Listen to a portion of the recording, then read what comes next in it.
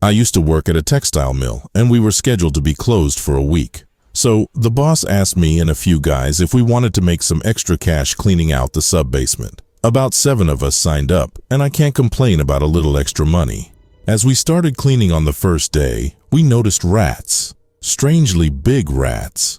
We always had a rat problem at the mill, so it wasn't a huge issue. One rat bit a coworker, but it was nothing serious, just a superficial hand bite. On the second day, another worker and I were at one end of the basement. We were split into teams, so we were all scattered. We found a door at this end of the sub-basement, which turned out to be a path to another sub-basement no one knew about, supposedly. This sub-basement was locked from the inside, which we found extremely odd. The foreman and I managed to get the door open, and we, along with the other worker on my team, decided to explore down there. We were using high-pressure hoses as part of the cleanup, so one of those was taken down with us, just in case.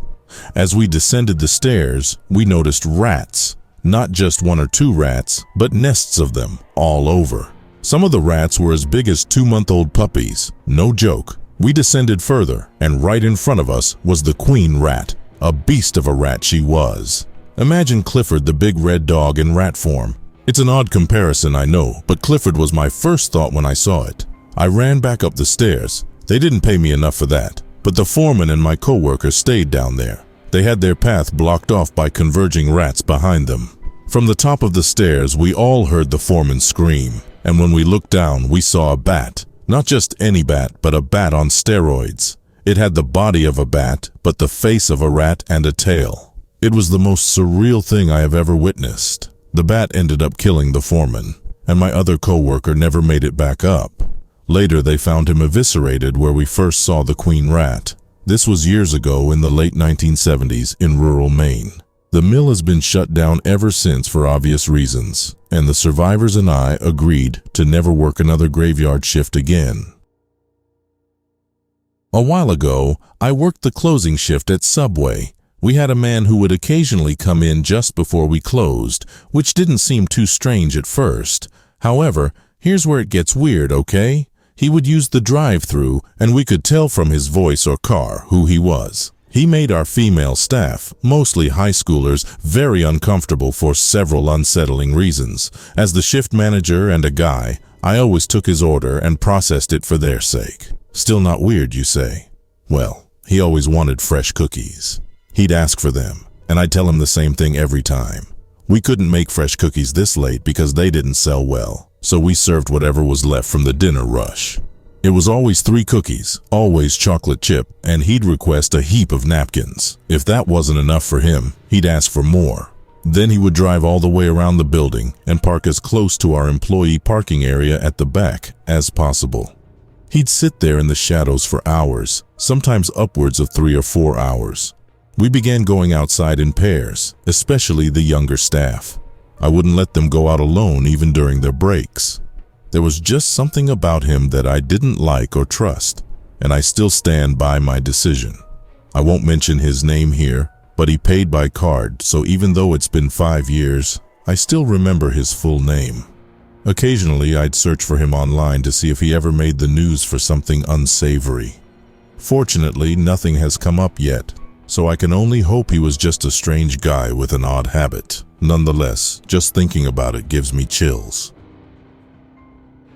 I worked in a mine for one summer when I was a student. My job mostly involved checking and maintaining water pumps located throughout the mine to prevent flooding, some of which were in remote areas where no one else worked. Underground, there's no distinction between day and night, except that during my day shifts, I usually had a partner with me, but on my night shifts, I was alone. One night, I was by myself, replacing a part on a pump in the middle of nowhere. It wasn't in a tight space by any means, but it was at a little dead end, and the area was too narrow for my truck, which I had parked about 100 feet away. After finishing the job, I stood up and took a drink from my water jug. I must have tilted my head back too far because my hard hat fell off, and when it hit the ground, the attached headlamp broke. For anyone who has ever been underground without a light, you'll understand how scary this situation was. At that point, I cursed myself for turning off my truck. Without a headlamp or truck headlights, I was completely blind in a vast underground maze. I tried calling for help on my radio, but nobody answered, and I knew that no one else ever worked near this part of the mine. My only option was to try to get to my truck. I knew the truck wasn't far, and I had parked it next to a wall, so all I had to do was keep one hand on the wall and one hand out in front, and I'd find it. The problem was that I was a bit turned around and wasn't 100% sure which wall to follow. I knew there was a wall just to my left, so I decided to take a chance and follow that one. That 100 or so feet was the longest walk of my life. But sure enough, after a very slow and cautious journey through the dark, my right hand hit metal. I climbed into the driver's seat, started the engine, and immediately drove to the nearest lift back to the surface to get a new headlamp. From then on, I always kept a flashlight on my belt during every shift. I worked at a mall when I was 20 years old and would often work late, even after the store closed, on displays and whatnot. Sometimes I wouldn't get out until midnight. I always tried to park near my coworkers so that we could all walk out together. But I had arrived that day at a time when it was really busy, and the only parking available was way out in the back. There had been a guy in the store earlier that evening who was kind of creepy, just hanging around, watching me and the other cashiers, and didn't buy anything. So that night, as I was walking towards my car, I heard footsteps behind me. I turned around and realized it was him. He seemed like he was walking towards me, but I tried to reason that perhaps he was parked in the same area. I knew that I should probably pull out my phone and call someone, stay on the line until I was safe in my car. But I sort of froze up, and before I could reach for my phone, he was behind me and grabbed me by the elbow, spinning me around to face him. They always talk about the fight or flight response, but they leave out freeze, which is what happened to me. I just felt like a deer in headlights. It all happened so fast, but felt slow at the same time. It's true what they say about how it feels like time slows down. He didn't say anything at first, but he was close enough that I could smell his clothes reeked of stale cigarette smoke, and his eyes were bloodshot, and he had kind of dead eyes. I honestly almost wet myself. All these thoughts came to mind. I'm going to be raped, kidnapped, murdered. And then all of a sudden, I heard someone's voice. A security guard who was doing rounds outside came around the corner. It was only like 10 seconds before he arrived, but like I said, it also felt like it took forever. He shouted something, I still can't recall what, and the guy took off. The security guard came over to me asking if I'm okay. I asked him if it might be possible to find the creep on the store security tapes the next day and put up some notice for security not to let him in or something. He hadn't actually done anything to me, so it's not like I could call the police. He stayed with me until my husband came to pick me up. I was still in shock for quite a while. I already had PTSD before this, so I totally shut down and couldn't absorb what happened. But what really scared me, I hadn't noticed this, but I heard the security guard tell my husband that the guy had a pocket knife out. I just didn't see it. What was he going to do with that? After already struggling with PTSD, I had to take a break from work. It was hard to let go of the what-ifs. And even now, it's crazy to think I was so close, probably to real harm. It's been several years, and I still can't walk alone at night though. It was 3 in the morning at a popular Canadian coffee shop.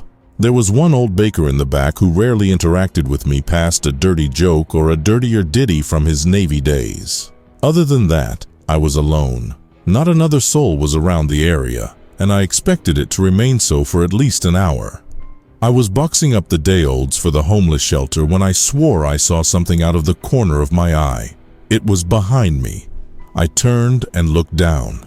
There was a small child standing there, a native little toddler with a faux hawk, staring at me intensely. I was struck dumb by how absurd the situation was. How did he get behind the counter? I didn't hear the door open or see him come through the counter. I scanned the storefront. No one. I yelled for the baker in case he had a friend or something visiting that lost their kid. He came over and, like me, did a double take at the kid and was baffled. The kid started muttering incoherently.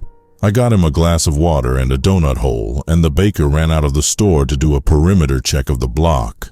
I called the non-emergency line and explained that I had a little kid with no parents. I couldn't get any information from the boy. He just mumbled, and I couldn't make out what he was saying.